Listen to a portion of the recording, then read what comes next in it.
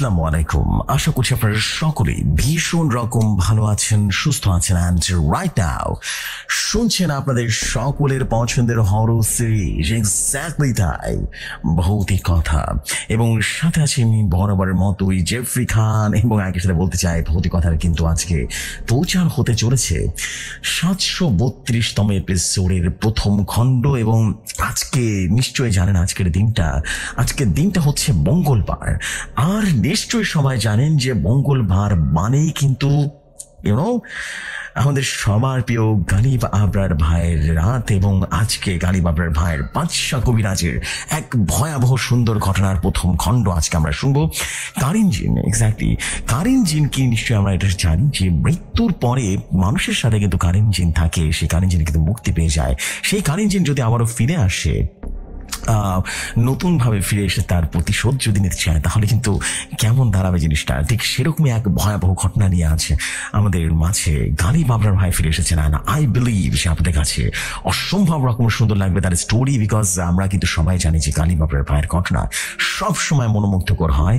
আজকেও মনোমুগ্ধকর এক ঘটনা তিনি দিয়েছেন। এবং প্রথম খণ্ড অর্থাৎ 2 খণ্ডে শেষ হবে গল্পটা। আজকে প্রথম গল্প বা প্রথম খণ্ডটা শুনবো। আজকে আশা করছি আজকের এপিসোড আপনাদের কাছে ভালো লাগবে, প্রথম খণ্ড আপনাদের কাছে ভালো লাগে। প্রথম ঘন্টা আজকে একটু ছোট, বিকজ আজকের স্টোরি ডিউরেশনটাও ছোট। অ্যারাউন্ড 30 মিনিটসের ভিতরে আপনারা অনেক অনেক বেশি দারুণ কিছু অনুভব করবেন। তো আমি এখন যেটা করতে চাই, আর দেরি করবো না, আমরা সরাসরি চলে যেতে চাই বাদশাহ কবিরাজের ঘটনায়। বাট ওয়ান থিং যাওয়ার আগে প্রতিবারের মতো বলতে চাই, আপনারাও যদি চান ভৌতিক কথা স্টোরি পাঠাবেন, then you are most welcome. ঘটনা পাঠাতে পারেন। ঘটনা পাঠানোর 2টি ওয়ে আছে, একটা ইমেল আর একটা হচ্ছে হোয়াটসঅ্যাপ। ইমেল আইডিটা হচ্ছে bhautik-stories@gmail.com অ্যান্ড হোয়াটসঅ্যাপ নাম্বারটা হচ্ছে 01400930111। This is basically it. আর বেসিক্যালি তেমন কিছু বলার নেই। অবশ্যই ঘটনাটি মাস্ট বি ইউনিক হতে হবে, এবং আইনগত প্রচার হয়েছে এমন কোনো ঘটনা পাঠাবেন না, চ্যাটজিপিটি দিয়ে কোনো ঘটনা পাঠাবেন না। অবশ্যই মাস্ট বি হিউম্যান স্টোরি হতে হবে। This is the fact. আর দেরি করবো না, চলে যাচ্ছি সরাসরি আজকের বাদশাহ কবিরাজের ঘটনায়। এবং এই পর্বের শেষে আমরা কিন্তু আবারও শুনবো এর পরের পর্ব, অর্থাৎ 732তম এপিসোডের দ্বিতীয় খণ্ড কিন্তু শুনবো রাত 11:30টায়। দেরি করবো না, চলুন শুনে আসি আজকের বাদশাহ কবিরাজের ঘটনা।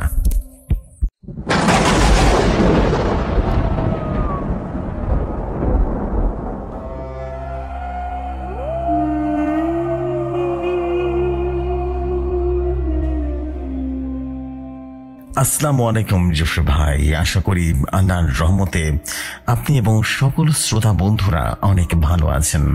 আমার নাম গালিব আবরার। সঙ্গত কারণে আমার ঠিকানাটা বলতে পারছি না। আমি একজন প্রবাসী বাংলাদেশি, বর্তমানে মালদ্বীপে অবস্থান করছি। যতই দিন যাচ্ছে ভৌতিকতা এগিয়ে যাচ্ছে তার নিজ গতিতে। দেখতে দেখতে আজ ভৌতিকতার 1,67,000-এর বিশাল সদস্যের পরিবার। ইনশাআল্লাহ আরো অনেক দূর পর্যন্ত চলবে এই পথ চলা। অনেক কর্মব্যস্ততার মাঝেও আমি নিয়মিত আপনার অসাধারণ উপস্থাপনায় প্রতিটা এপিসোড শুনে থাকি এবং ভীষণ এনজয় করি। আজ আমি বাদশাহ কবিরাজ এবং কারিন জিনের গল্পটি শেয়ার করতে যাচ্ছি। তাহলে আর কথা না বাড়িয়ে চলে যাই সরাসরি গল্পে। আমাদের গাড়িটা খাদে আটকে গিয়েছে। ভারী বৃষ্টি, পাহাড় ধসে পড়ে রাস্তা বন্ধ হয়ে গেছে। না সামনে যেতে পারছি না পেছনে। ঘড়ির দিকে তাকিয়ে দেখলাম রাত তখন 1:15। আমরা ছাড়া আর কোনো প্রাণের অস্তিত্ব নেই। ঝড় বাতাস, শোষো শব্দ আর বৃষ্টির মাঝে আমরা গাড়িতে বসে সৃষ্টিকর্তার নাম নিচ্ছি আর সাহায্য প্রার্থনা করছি। আমি আর আমার স্ত্রী বান্দরবানে এসেছিলাম। আমাদের নতুন বিয়ে হয়েছে। আমার নাম রায়হান আরিফ আর আমার স্ত্রীর নাম সুমাইয়া কারিম। আমাদের বিয়ে হয়েছে আজ 15 দিন। সুমাইয়ার ইচ্ছে অনুযায়ী বাসার কাউকে না জানিয়ে আমরা লং ড্রাইভে এসেছিলাম, কিন্তু এইভাবে ফেসে যাব ভাবতেও পারছি না। প্রত্যন্ত অঞ্চলে হওয়ার কারণে মোবাইলের নেটওয়ার্কও পাচ্ছি না। সুমাইয়া বলল, একটু গাড়ি থেকে বের হয়ে দেখো না নেটওয়ার্ক পাওয়া যায় কিনা। এভাবে কতক্ষণ গাড়িতে বসে থাকবো। এবার না জানি পাহাড় ধসে আমাদের গাড়ির উপরেই পড়ে। রায়হান একটু রেগে গিয়ে বলল, এসব ধরনের অলৌকিক কথাবার্তা একদম বলবে না, চুপচাপ বসে থাকো, আল্লাহকে রাখো। এই বলে রায়হান রেইনকোটটা পরে মোবাইলটা হাতে নিয়ে গাড়ি থেকে বের হলো নেটওয়ার্ক খোঁজার জন্য। বাতাসে রায়হান ঠিকঠাক মতো দাঁড়িয়েও থাকতে পারছে না, একটু সামনে এগিয়ে গেল মোবাইলটা উঁচু করে। অন্যদিকে আমরা দেখতে পাই হাবিব নামের একজন লোককে, যে পাহাড়ের একটা চূড়ায় দাঁড়িয়ে আছে। এই অঞ্চলে হাবিবের মতো আরো অনেক লোক আছে যারা এমন ভয়াবহ আবহাওয়ায় তাদের শিকার খোঁজার জন্য বাড়ি থেকে বের হয়। সোজা কথায় এরা ঝড়ের কারণে রাস্তা আটকে পড়ে, মানুষদের ভয় দেখিয়ে সর্বস্ব ছিনিয়ে নেয়। কথা হচ্ছে, একা একটা মানুষ কিসের ভয় দেখিয়ে মানুষের কাছ থেকে সবকিছু ছিনিয়ে নিতে পারে? অবশ্যই সেটা অন্য জগতের কিছুর ভয় হবে। হাবিব পাহাড়ের চূড়া থেকে দেখতে পেল একজন লোক মোবাইলের হাতে নেটওয়ার্ক খোঁজার চেষ্টা করছে। এটা দেখে হাবিবের মুখে এক পৈশাচিক হাসি ভেসে উঠল। ভেবেছিলাম আজকে কোনো শিকার ফাঁদে পড়েনি, কিন্তু এটা তো দেখছি আমার দিকে এগিয়ে আসছে। হাবিব তৈরি হয়ে নিল সাদা চুপ্পা পরে, হাতে অদ্ভুত দেখতে একটা গাছের ডাল নিল, অন্য হাতে তসবি, মাথায় পরে নিল পাগড়ি।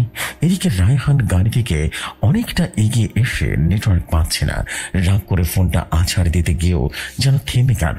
উপরের দিকে তাকিয়ে জোরে জোরে চিৎকার করলো, তারপর আবারও গাড়ির দিকে ফিরে যাওয়ার জন্য পা বাড়ালো। তখনই রায়হান পেছন থেকে ডাক এলো, ভাইজান। রায়হান চমকে গিয়ে পেছনে তাকিয়ে দেখলো সাদা জুব্বা পরা আর মাথায় পাগড়ি পরিহিত একজন লোক দাঁড়িয়ে আছে। রায়হান বেশ ঘাবড়ে গিয়ে জিজ্ঞেস করলো, কে আপনি? হ্যাঁ, সে তখন বলল, আমাকে আপনি চিনবেন না? আপনাকে দেখে মনে হচ্ছে বিপদে পড়েছেন, কোনো সাহায্য দরকার হলে বলুন। রায়হান লোকটাকে ভালো করে খেয়াল করলো, বেশ লম্বা চড়া সুঠাম দেহের এক অধিকারী। সে কি মানুষ নাকি অন্য কিছু, এটা বোঝার জন্য সে চেষ্টা করলো এবং জিজ্ঞেস করলো, আপনি এই ঝড় বৃষ্টির মাঝে এত রাতে এখানে কি করছেন? লোকটা খুব গম্ভীর গলায় বলল, আমার নাম হাবিব, আমি ঝড় বৃষ্টির মাঝে বের হই খাদে আটকে পড়া মানুষদের সাহায্য করতে। ভয় পাবেন না, আমি আপনার কোনো ক্ষতি করব না। রায়হান একটু আশ্বস্ত হয়ে বলল, গাড়িতে তো আমার স্ত্রী আছে, আমরা বাড়ির কাউকে না জানিয়ে এখানে এসেছিলাম এবং ঝড়ের কবলে পড়েছি, কি করবো কিছু বুঝে উঠতে পারছি না। হাবিব তখন বলল, এই সামান্য দূরেই আমার বাড়ি আছে, আপনারা চাইলে আজকে আমার বাড়ির রাতটা থাকতে পারেন, সকালে ঝড় কমে গেলে না হয় চলে যাবেন। রায়হান অনেক খুশি হলো এবং রাজি হয়ে গেল। হাবিবকে নিয়ে গাড়ির কাছে চলে গেল। স্ত্রী সুমায়াকে সমস্ত ঘটনা খুলে বলল। সুমায়া প্রথমে রাজি হলো না, হাবিবকে বিশ্বাস করতে পারছে না সে। তবে রায়হান অনেক বোঝানোর পর রাজি হলো। এদিকে বৃষ্টির সাথে বাতাসের প্রবণতাও যেন বেড়েই চলেছে। হাবিব আগে আগে হাঁটছে, রায়হান আর সুমায়া তার হাত ধরে হাবিবের পিছু পিছু হাঁটছে। হাবিবের পরিকল্পনা আরেকটু সামনে গিয়ে ভয় দেখানোর শুরু করবে এবং তাদেরকে মেরে সবকিছু যেন কেড়ে নেবে। ভয় মানুষকে দুর্বল করে দেয়। চারিদিকে শুনশান এক নীরবতা, শুধু বাতাসের শোষো শব্দ আর পানির টুপটাপ ফোটার শব্দ হচ্ছে। নীরবতা ভেঙে হাবিব বলে উঠল, আপনারা কি ভূত প্রেতে বিশ্বাস করেন? রায়হান বলল, ভূত পেতে বিশ্বাস করি না, তবে জিন আছে এটা বিশ্বাস করি। হাবিব তখন বলল, আমি তো জিন বলিনি, এসব শুধু মানুষের মস্তিষ্কে বানানো অদৃশ্য কল্পনা। সুমা একটু ভয় পেয়ে বলল, এসব কথা বন্ধ করেন তো দয়া করে, ভালো লাগছে না। হাবিব অদ্ভুত একটা হাসি দিয়ে বলল, আমি তো শুধু বলতে চাচ্ছিলাম ভূত প্রেত জিন পরি বলতে কিছুই হয় না, আপনারা কেন এসবে বিশ্বাস করেন সেটা বুঝি না। রায়হান তখন বলল, আপনি তো শিওর হলেন কিভাবে বলুন তো, এত শিওর হলেন কিভাবে? এবার হাবিব তার চূড়ান্ত ভয় দেখানোর জন্য থমকে দাঁড়িয়ে গেল। পিছন ঘুরে রায়হান আর সুমায়ার দিকে চোখ উল্টে তাকিয়ে বলল, কারণ আমি 3 বছর আগে মারা গেছি ঠিক এই জায়গাটাতে। কোনোদিন এসব জিন ভূত দেখিনি। আপনারা কি বিশ্বাস করেন এসবের অস্তিত্ব? বিশ্বাস করেন? বিশ্বাস করেন কিনা বলুন? রায়হান আর সুমায়া যেন ভয় চিৎকার করে উঠল। হাবিব তখন অট্ট হাসিতে মেতে উঠল। এখান থেকে তাদের চিৎকার শোনার মতো কেউ নেই। রায়হান আর সুমাইয়া ভয়ে দৌড় দিতে গেলে পেছন থেকে হাবিব তার জুব্বার ভেতর থেকে লোহার শিক বের করে রায়হান এবং সুমাইয়াকে একের পর এক আঘাত করে মাথাটা থেতলে দিল। রক্তে বাজি, বৃষ্টির পানি লাল হয়ে গড়িয়ে নেমে গেছে। হাবিব নিশ্চিত হলো তারা দুজনেই মারা গেছে। তারপর রায়হান পকেট থেকে গাড়ির চাবি সহ মানি ব্যাগ এবং মোবাইল সবকিছু নিল আর খুশিতে বলল, আজকে শিকারটা জব্বর ছিল রে, জব্বর ছিল। বোকারা জানে না জিন ভূত বলতে কিছুই হয় না। এই বলে লোহার শিক হাতে নিয়ে চলে যাওয়ার জন্য পা বাড়ালো গাড়ির থেকে। হঠাৎ পেছন থেকে একটা ভারী গলা ভেসে আসলো আর বলল, জিন ভূত বলতে সত্যি কিছু আছে হাবিব, আছে। হাবিব থতমত খেয়ে চমকে গিয়ে পেছনে তাকিয়ে দেখলো রায়হান আর সুমাইয়ার থেতলে যাওয়া মাথা নিয়ে দাঁড়িয়ে আছে। তাদের দুজনের মুখেই পৈশাচিক এক হাসি। হাবিব প্রচন্ড এক ভয়ে চিৎকার দিয়ে সেখান থেকে পালানোর চেষ্টা করলো, কিন্তু একটু সামনে যেতেই যেন পা পিছলে উল্টে পড়ে গেল। সামনে ভেঙে পড়েছিল একটা গাছের মোটা ডাল, সেটা একটা মাথা সুচালো হয়ে খারাপ হয়েছিল। হাবিব সোজা হয়ে সুচালো ডালের উপরে পড়লো। ডালটা হাবিবের চোখ ভেদ করে মাথার পেছন দিক দিয়ে বের হয়ে গেল। পরবর্তী দৃশ্যে দেখা যায় পরদিন সকালে উদ্ধার কর্মীরা পাহাড়ের ধস থেকে রায়হানের গাড়িটা ক্রেন দিয়ে তুলছে। গাড়ির উপরে উঠানোর পর ভেতর থেকে দুটো মৃতদেহ বের করছে। মৃতদেহগুলো ছিল রায়হান আর সুমাইয়ার। আসলে গতকাল রাতে যখন রায়হান মোবাইলের নেটওয়ার্ক খোঁজার জন্য বের হচ্ছিল বা বের হতে নিচ্ছিল, ঠিক তখনই পাহাড় ধসে পড়ে গাড়ির উপরে, আর সেখানে দুজনের মৃত্যু হয়। হাবিব মৃত রায়হান আর সুমাইয়ার ফাঁদে পড়ে নিজের জীবন হারিয়েছে। এই দৃশ্যের কয়েকদিন পরের ঘটনা। বাদশাহ কবিরাজ জোহরের নামাজ পড়ে তসবিহ গুনতে গুনতে পায়চারি করছিল মসজিদের সামনে। এর মাঝে একজন খাদেম এসে সালাম দিয়ে বলল, হ্যাঁ ওস্তাদজি, একজন লোক আপনার সাথে দেখা করতে চায়, খুব বিপদে পড়েছে উনি। বাদশাহ কবিরাজ তখন তাকে বলল, তাকে মসজিদে নিয়ে আসো। এই বলে তিনি মসজিদের ভেতরে চলে গেলেন। কিছুক্ষণ পরে সে খাদেম ওই লোককে নিয়ে মসজিদের ভেতরে প্রবেশ করলো। সে এসে সালাম দিয়ে বাদশাহ কবিরাজের সামনে আসন করে বসলো। লোকটার নাম ছিল মানিকউদ্দিন। বাদশাহ কবিরাজ জিজ্ঞেস করলো, তো বলুন মানিকউদ্দিন, আপনার ছেলে আর ছেলের বউ আপনাদের বাড়িতে থাকতে দিচ্ছে না, তাই না? না থাকতে দিলে আর কি করবেন, অন্য কোথাও চলে যান। মানিকউদ্দিন আশ্চর্য হয়ে বলল, হুজুর আপনি কিভাবে জানলেন এই কথা? হ্যাঁ, আমি তো সব আপনাকে কিছু বলিনি আমার সমস্যার কথা। বাদশাহ কবিরাজ একটু মুচকি হেসে বললেন, আমি জানি বলি আমার কাছে এসেছেন, বলুন এখন আমি আপনার জন্য কি করতে পারি বলুন। মানিকউদ্দিন কাকুতি মিনতি করে বললেন, হুজুর হুজুর এই সমস্যা থেকে আমাকে রক্ষা করুন। 15 দিন আগে আমার ছেলে আর আমার বউ পাহাড় ধসে মারা গেছে। সেই শোক এখন পরিবারের সবাই রীতিমতো ভয় পরিণত হয়ে গেছে। দাফনের 2 দিন পর থেকে শুরু হয় সমস্যা। বাড়ির পাশে ওদের কবর দিয়েছি, কিন্তু রাত হলে কবরস্থান থেকে কান্নার শব্দ শোনা যায়। বাদশাহ কবিরাজ তখন বলল, কান্নার কণ্ঠটা কি বেনি না ছেলের কণ্ঠ কোনটা? মানিকউদ্দিন বলল, ছেলের কণ্ঠ, ফুপিয়ে ফুপিয়ে কান্না করে। এই পর্যন্ত ঠিক ছিল, কিন্তু 4 দিনের মাথায় শুরু হয়ে যায় ওয়াশরুম থেকে কান্নার আওয়াজ। রাত হলে ওয়াশরুমের কল আপনা আপনি চালু হয়ে যায়, পানি পড়তে থাকে, আর ওয়াশরুম থেকে মাঝে মাঝে ফিস ফিস করে কাউকে কথা বলতে শোনা যায়। কথাগুলো অনেকটা এমন যে, এই বাড়িতে আমরা দখল করেছি, এখান থেকে তোরা চলে যা, না হলে কাউকে শান্তিতে ঘুমাতে দেব না। এমনকি এখন তো আমার ছেলে আর আমার ছেলের বোর থেতলে যাওয়া মাথার রূপ নিয়ে কাউকে দেখতে পায়, ঘর দিয়ে হাঁটাহাঁটি করছে, রক্ত মাখা পায়ের ছাপ রীতিমতো ফ্লোরে দেখা যায়। বাদশাহ কবিরাজ একটু ভেবে বলল, ঠিক আছে আপনি এখন যান, আমি কাল সন্ধ্যাবেলা আপনাদের বাসায় আসবো, দেখি করা যায়। মানিকউদ্দিন বললেন, হুজুর হুজুর আমি জানি আপনি রক্ষা করতে পারবেন, অবশ্যই পারবেন। আমাদেরকে আরো কয়েকজন হুজুর এনেছিলাম বাসায়, তারা কিছু একটা দেখে ভয় পালিয়ে গেছে। অবশেষে আমার এক চাচার কাছে আপনার ব্যাপারে শুনতে পেয়ে ছুটে এসেছি হুজুর।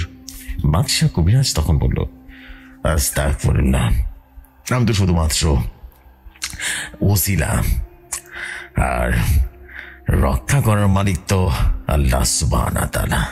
আল্লাহর উপর ভরসা রাখুন, ইনশাআল্লাহ আমি দেখি কি করা যায়, কেমন? আশ্বাস পেয়ে মানিকউদ্দিন চলে গেল। পরদিন সন্ধ্যাবেলায় বাদশাহ কবিরাজ তার একজন খাদেমকে সাথে করে নিয়ে চলে গেল মানিকউদ্দিনের বাড়িতে। সফরটা বেশ লম্বা ছিল, প্রায় 5 ঘন্টা লেগে গেছে। মানিকউদ্দিন বাদশাহ কবিরাজকে দেখে প্রচন্ড খুশি হয়ে তার ঘরে স্বাগত জানালো। বাদশাহ কবিরাজ বলল, ঘরের সকল নারী এবং বাচ্চাদের দূরে সরিয়ে দিন, আজকে রাতের জন্য শুধুমাত্র আপনি থাকবেন বাসায়। কথা মতো মানিকউদ্দিন তার পুরো পরিবারকে এক আত্মীয়ের বাসায় পাঠিয়ে দিলেন। তারপর বাদশাহ কবিরাজ প্রথমে গেল সেই কবরস্থানে। সেখানে গিয়ে দেখা গেল দুটো জোড়া কবর একসাথে আছে। বাদশাহ কবিরাজ বলল, আপনার ছেলের নাম রায়হান আরিফ আর ছেলের বোন নাম সুমাইয়া কারিম, তাই নয় কি মানিকউদ্দিন? মানিকউদ্দিন মাথা নেড়ে বলল। বাদশাহ কবিরাজ কিছুক্ষণ পর কবর দুটোর দিকে এক নজরে তাকিয়ে রইল। তারপরে চোখ বন্ধ করে কিছু একটা পড়ে নিল এবং বলল, এখন চলুন, বাসায় চলুন। বাসায় এসে বাদশাহ কবিরাজ সবার আগে সে ওয়াশরুম পর্যবেক্ষণ করলো, যেখান থেকে ফিসফিস করে কথা শোনা যাচ্ছিল। তারপর মানিকউদ্দিন দেখলো ফ্লোরের রক্ত মাখা পায়ের ছাপগুলো যা শুকিয়ে গিয়েছে। বাদশাহ কবিরাজকে দেখানোর জন্য এখনো পরিষ্কার করা হয়নি, এমনটা জানালো মানিকউদ্দিন। বাদশাহ কবিরাজ সবকিছু পর্যবেক্ষণ এবং শোনার পর ঘরের মেঝেতে আসনে বসলো তার বিভিন্ন সরঞ্জাম নিয়ে। মোমবাতি জ্বালানো হলো, লবণ দিয়ে গোল বৃত্ত তৈরি করা হলো, একটা স্টিলের বাটিতে পরিষ্কার পানি রাখা হলো। এই কাজ সাহায্য করছিল বাদশাহ কবিরাজের খাদেম। সবকিছু শেষে বাদশাহ কবিরাজ বলে উঠল, মানিকউদ্দিন, আপনার 1 ফোঁটা রক্ত লাগবে। মানিকউদ্দিন হাত বাড়িয়ে দিল। বাদশাহ কবিরাজ একটা ছোট চাকু দিয়ে মানিকউদ্দিনের আঙুল কেটে হালকা কেটে 1 ফোঁটা রক্ত সেই পরিষ্কার পানির পাত্রে ফেললো। তারপর বলল, মানিকউদ্দিন, এবার চোখ বন্ধ করে আমার সামনে বসে পড়ুন, ভয় পাবেন না। আমি আপনার মাঝে আপনার ছেলেকে হাজির করব। চোখ খুলবেন না, মন্ত্র চলাকালীন কোনোভাবে চোখ খুলবেন না, কেমন? মানিকউদ্দিন একটু ভয় পেলেও বাদশাহ কবিরাজের উপরে আস্থা পেল। চোখ বন্ধ করে বসে পড়ল তার সামনে। বাদশাহ কবিরাজ মানিকউদ্দিনের হাত ধরে বিভিন্ন ধরনের মন্ত্র পড়তে শুরু করলো। খাদেমও সাথে সাথে একটা কিছু পড়ছিল। একটা পর্যায়ে প্রচন্ড বাতাস বইতে শুরু করলো। জানালার পর্দা যেন শো শো করে উঠছিল। দরজা থাপাস করে খুলে গেল। বাদশাহ কবিরাজ তার মঞ্চের গতি আরো বাড়িয়ে দিল। তার শরীর যেন কাঁপছিল। একটা সময় মানিকউদ্দিন থাপাস করে তাকালো। তার চোখে কোনো বনি ছিল না, সম্পূর্ণ সাদা ধবধবে চোখ নিয়ে তাকিয়েছিল। সে মিক্স কণ্ঠ কর্কশ গলায় বলল, আমাকে কেন ডেকে আনা হয়েছে এখানে? বাদশাহ কবিরাজ খুব শান্ত গলায় বলল, বড়ে যাওয়ার পরেও কেন পৃথিবী ছেড়ে যাচ্ছ না তোমরা? কেন নিজের পরিবারকে বিরক্ত করছো বলো? আবার সে মিক্স কণ্ঠটা বলে উঠল, কারণ তারা আমাদেরকে ঠিকঠাক মতো দাফন করেনি। আমাদের জানা চায় যে ইমাম দ্বারা করা হয়েছে সে সুৎখর, তাকে দিয়ে জানাজা দেওয়াতে আমরা খুব কষ্টে আছি, তাই আমরা কাউকে শান্তিতে থাকতে দেব না। বাদশাহ কবিরাজ তখন বলল, তাহলে এখন যদি ভালো কোনো কবিরাজ বা ইমাম সাহেব ঠিকঠাক মতো তোমাদের জানাজা দিয়ে ব্যবস্থা করা হয়, তোমরা শান্তি পাবে, পরিবারকে শান্তি থাকতে দেবে, সত্যি করে বলো?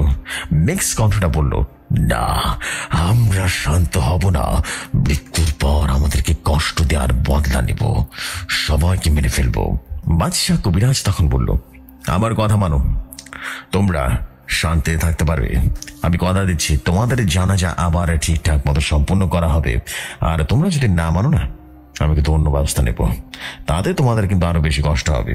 এভাবে বেশ কিছুক্ষণ বাকি বিতণ্ডার পরে তারা রাজি হয়ে গেল চলে যেতে। কিন্তু তার জন্য করতে হবে প্রথমে ঠিকঠাক মতো জানাজা, তারপর 100 ফকির মিসকিনকে পেট পুড়ে খাওয়াতে হবে। বাদশাহ কবিরাজেরা এই শর্ত মেনে নিয়ে তাদেরকে ছেড়ে দিল। তারা চলে গেল এবং মানিকউদ্দিন বেহুশ হয়ে পড়ে গেল। খাদেম তার জ্ঞান ফিরালে বাদশাহ কবিরাজ মানিকউদ্দিন সবকিছু বলল, যা যা হয়েছে আর কি শর্ত দিয়েছে সেটাও বলল। আর বলল এই শর্তগুলো আগামী 2 দিনের মধ্যে সম্পূর্ণ করলে এই সমস্যার সমাধান হয়ে যাবে। মানিকউদ্দিন একটু সন্দেহ নিয়ে জিজ্ঞেস করলো, হুজুর কিছু মনে করবেন না, আমি তো শুনেছি মৃত্যুর পরে তাদের আত্মা নাকি আর কখনো ফিরে আসে না। তাহলে আমার ছেলে আর ছেলের বউয়ের আত্মা কিভাবে ফিরে এলো?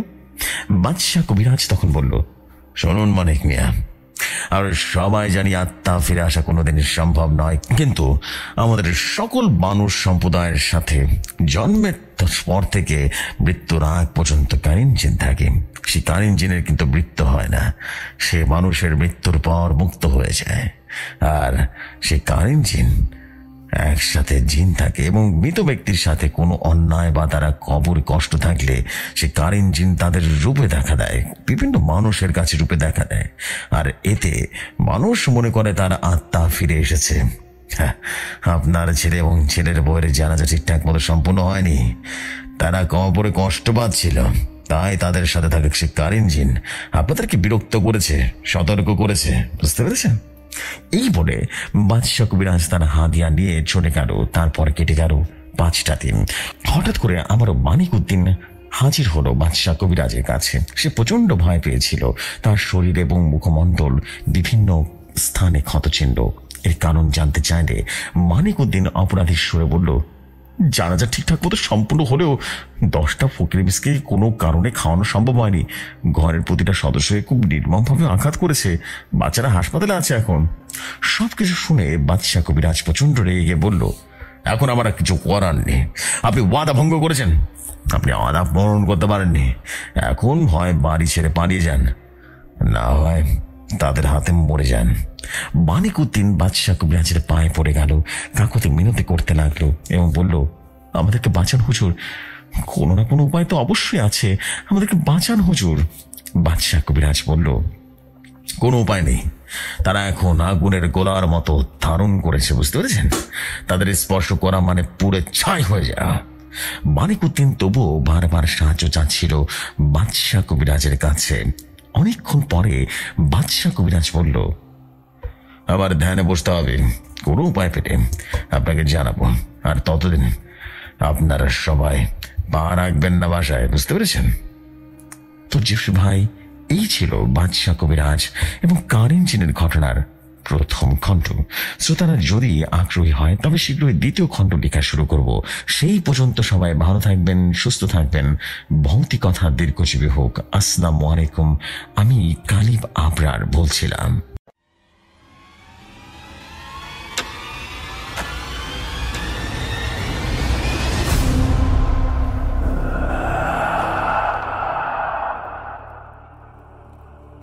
ওয়ালাইকুম আসসালাম।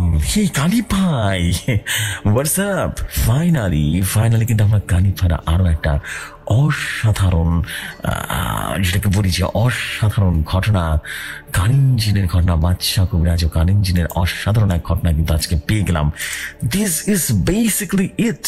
ওয়াও বলতে হবে, ওয়াও এপিসোড ছিল, ওয়াও স্টোরি ছিল, সত্যি কথা মনোমুগ্ধকর এক স্টোরি ছিল। অ্যান্ড আই বিলিভ যে আপনাদের সবার কাছে স্টোরিগুলো মনের মতো সুন্দর লেগেছে, আর লাগবেই বা না কেন ভাই, লাগারই কথা। এত সুন্দর ঘটনা থাকলে কার না ভালো লাগে না ভাই। Thank you very much for your beautiful story. And I believe যে আপনাদের সবার কাছে স্টোরি অনেক অনেক বেশি ভালো লেগেছে, অ্যান্ড ইনশাল্লাহ সামনেও ভালো লাগবে, এটাই প্রত্যাশা থাকবে। আমি এখন যেটা করতে চাই সেটা হচ্ছে, যেহেতু আজকে গালিব ভাই স্পেশাল স্টোরি, সো আপনাদেরকে একটা কথা বলতে চাই যে গালিব ভাইয়ের জন্য দোয়া করবেন, তিনি যেন এই ঘটনার পরবর্তী অংশ বা দ্বিতীয় খণ্ডটা আপনাদের কাছে খুব দ্রুতই পাঠিয়ে দিতে পারেন, এবং আমার কাছে পাঠিয়ে দিলেই আমি সাথে সাথে সেটা শেয়ার করে দিতে পারবো। সত্যি কথা বলতে আজকের স্টোরিটা বেশি জোস ছিল, হার হিম করা এবং মজাদার স্টোরি ছিল বলা যেতে পারে। অসম্ভব রকম ভালো লেগেছে ভাই, থ্যাংক ইউ ভেরি মাচ। একটা কথা না বললেই নয়, আর সেটা হচ্ছে আমি চাই যে আমাদের গালিব ভাইয়েরা এই ঘটনাটা যেন বেশি বেশি শেয়ার হয়। এজন্য আপনারা যেখান থেকে পাচ্ছেন সবখান থেকে মানে সর্বোচ্চ শেয়ার করার চেষ্টা করবেন। আর এটাই আমি চাই বেসিক্যালি আসলেই তখন অনেক বেশি দারুণ রকম সুন্দর হয়ে যাবে। অ্যান্ড আই বিলিভ যে আপনাদের কাছে অনেক সুন্দর সুন্দর ঘটনা আছে, অ্যান্ড ইনশাল্লাহ দারুণ দারুণ সব ঘটনা কিন্তু আপনারা পাঠিয়ে দিতে পারেন ভৌতিক কথায়। নিশ্চয়ই জানেন যে ভৌতিকতায় পাঠানোর স্টোরি পাঠানোর নিয়মটা, আর সেটা হচ্ছে ভৌতিক stories@gmail.com, অথবা আমাদের একটা হোয়াটসঅ্যাপ নাম্বার আছে which is 01400930111। This is it. আশা করছি আপনাদের কাছে আজকের এই এপিসোড ভালো লেগেছে এবং 732তম এপিসোডের প্রথম খণ্ড কেমন লাগলো কমেন্ট করে জানাবেন। আমরা এই বলে এখনকার মতো বিদায় নিচ্ছি, একটু পরে শুরু হবে 732তম এপিসোডের দ্বিতীয় খণ্ড লাইভে। এখন প্রিমিয়ার চলছে, একটু পরে লাইভ হবে। আশা করি প্রিমিয়ার পরে লাইভটা অনেক বেশি আপনাদের কাছে আনন্দময় লাগবে। দেরি না করে চলুন শেষ করে এখন একটু পরে শুরু করছি আমাদের ভৌতিক কথা 732তম এপিসোডের লাইভ এপিসোড বা আনঅফিসিয়াল এপিসোড। চলে যাই এখনকার মতো বিদায়।